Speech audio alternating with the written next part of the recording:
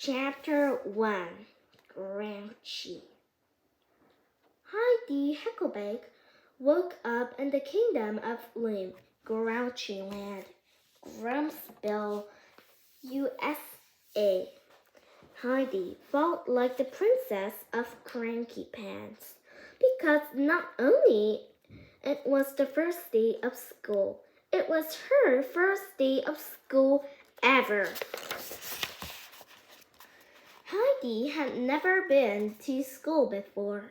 She had always had school at home with her 5-year-old brother, Henry. Mom had been their teacher, but starting today, Heidi Heckelbeck would be a brand new second grader at Brewster Elementary. Mom popped her head into Heidi's room. "Time to get up," she said. "Murr," growled Heidi. She flung her pillow on top of her face. A million questions swirled in her head. What if the teacher was mean? What if she couldn't find her way to the bedroom? What if she sat next to a boy who picked his nose? Heidi dragged himself out of bed and got dressed. She put on her black jean skirt with her kitty cat top. Then she wiggled into her black and white striped tights and black sneakers. Not even her favorite outfit made her feel jolly. She plodded downstairs. Mom placed a happy face pancake in front of Heidi. It had blueberry eyes, a mouth of raspberries, and a sausage of eyebrows. Heidi stuck out her tongue at her pancake. "It's still smiling," said Henry. Heidi used her fork to move the feet around. "Not anymore," said Heidi. "Mom!" yelled Henry. Heidi made a mad face pancake. Heidi rolled her eyes. "You know what?" said Henry as dripped a sausage in syrup. "You should wear pink. Pink looks friendly. Pretty in pink," added Mom with a wink. "Wait, what's wrong with the way I look?" said Heidi.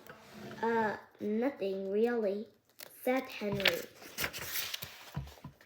"It's just that your outfit kind looks like Halloween costume. What if you speak the other kids on your first day of school?" "Hardy har har," said Heidi, but Henry's comment kind burnt her. Heidi's dad walked into the kitchen as he fixed his tie. "Zip-a-dee-doo-da, zip-a-dee-I," he sang. He sobbed when he saw Heidi's unhappy face. She was not in Disneyland mood.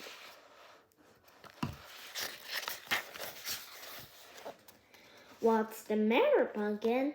asked Dad. "Nothing," said Heidi.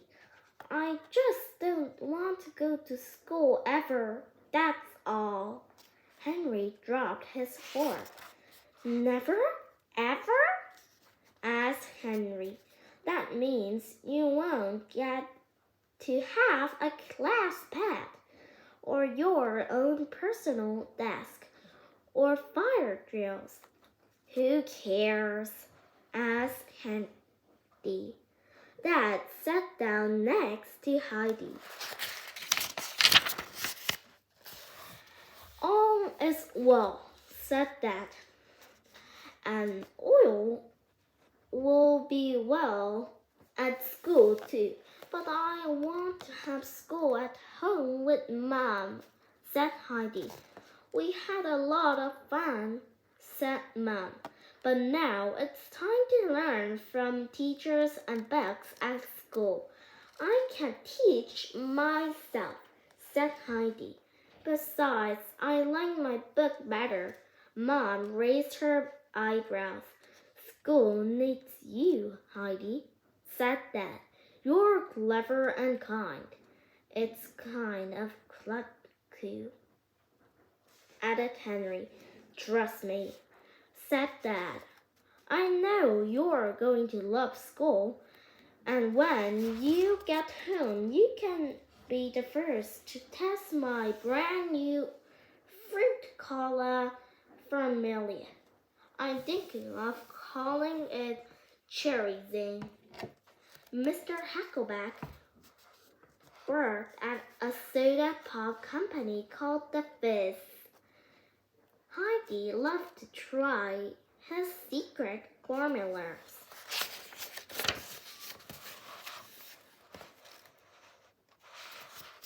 Sometimes Heidi came up with her own formulas and shared them with her dad. Tasting a new fruit cola did sound a teeny bit fun. Mom jingled her car keys. Time to go, she said cheerfully. Heidi groaned and slid off her chair. She put on her black jean jacket and backpack. Then she said her goodbyes. Goodbye, 3-4 classroom. Goodbye, backyard cafeteria. You forgot something. What?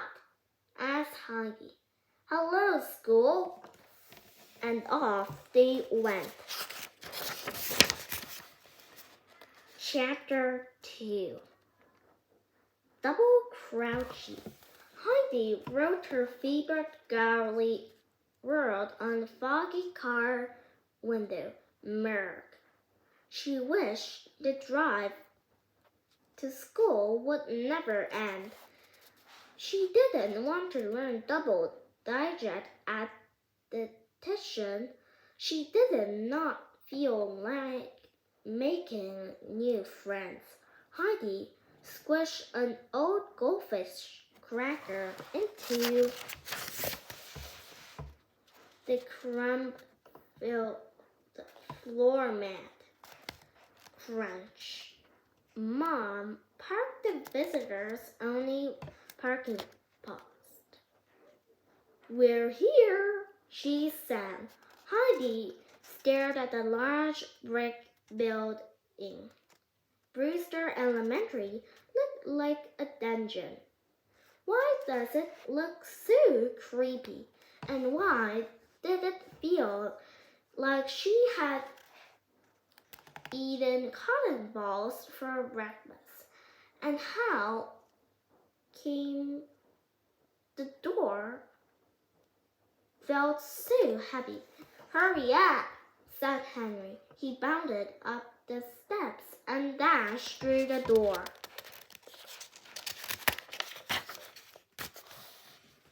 Heidi felt like she was wearing Franklin shoes. She climbed upstairs.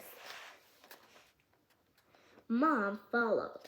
The principal, Miss Pennypacker, greeted them at the main office.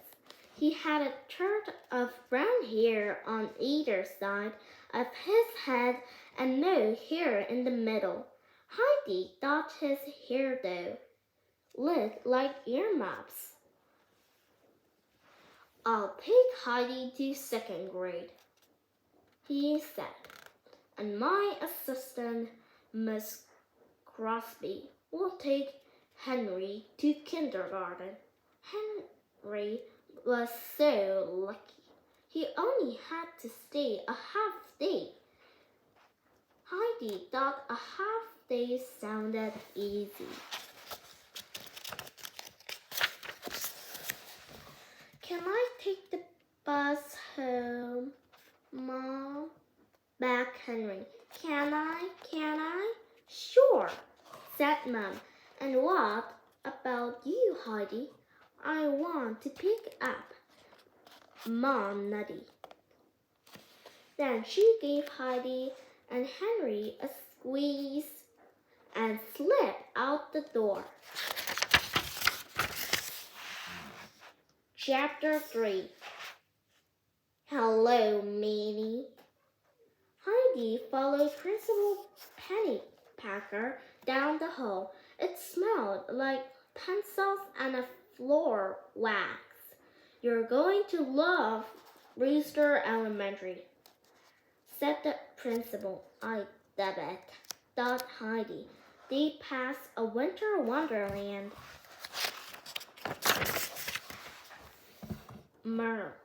It showed penguins sledding and snowboarding and throwing snowballs. Heidi thought it looked dumb. Do you like spots? Asked Principal Pennypacker. Nope, said Heidi. How about Earth? Not really. Reading? Kinda. What do you like to read? He asked. My special book, said Heidi, but I forgot the name.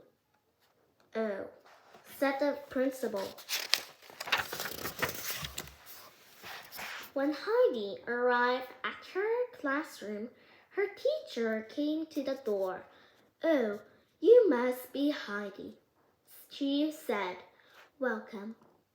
Heidi studied the room. She saw a fish tank, a bulletin board about Dr. Martin Luther King Jr., and a reading corner with beanbag chairs.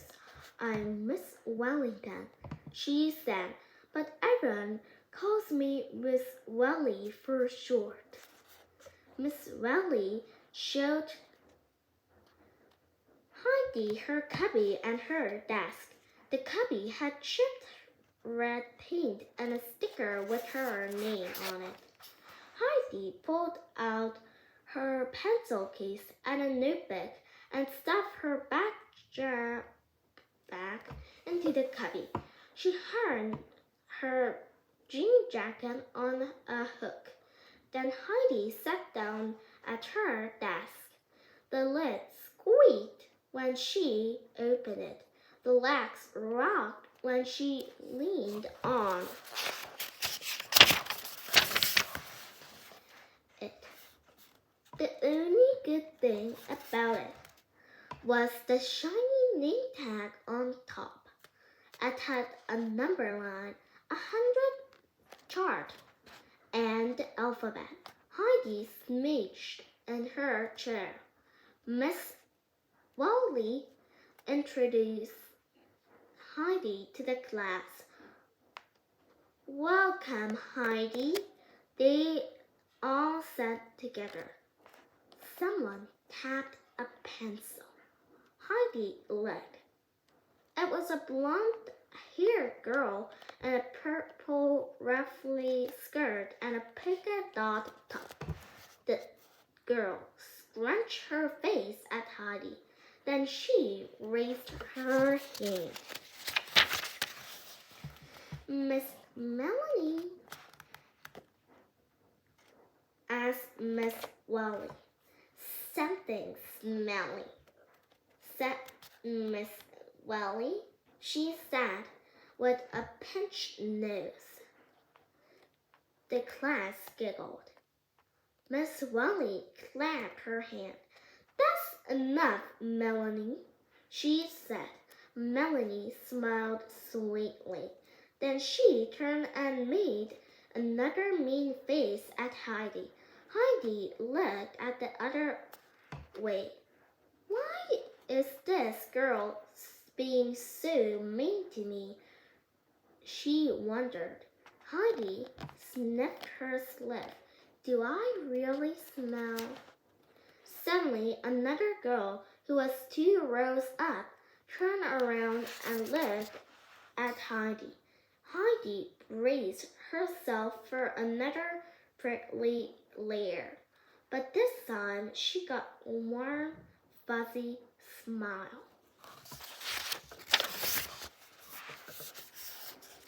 Chapter 4. Meep, meep. One fuzzy smile did not fix a whole bunch of mirth. Heidi sat at her desk and wondered, can an 8-year-old drop out of school? While Heidi thought she drilled an alien, her new enchanted forest notebook, she drew a thought bubble over her alien's head. Meep, meep, get me on this creepy planet, thought Heidi. As she doodled, the teacher wrote homophones on the board. Heidi already knew about homophones. There were the words that sound the same, but their word spelled differently or had different meanings. Okay, said Miss Wally to the class. Pick 2 homophones and write a sentence for each one. Those of you who would like to share, raise your hand when you're ready. Heidi looked at the words on the board. She picked 2 and wrote, school is a big, fat bore. Meanie is a mean, rascally bore. I have a knot in my stomach. I'm not coming back to school. Heidi looked up when she was done. The girl who had smiled at her had her hands off. Miss Wally called her. You may come to the front of the classroom, Lucky.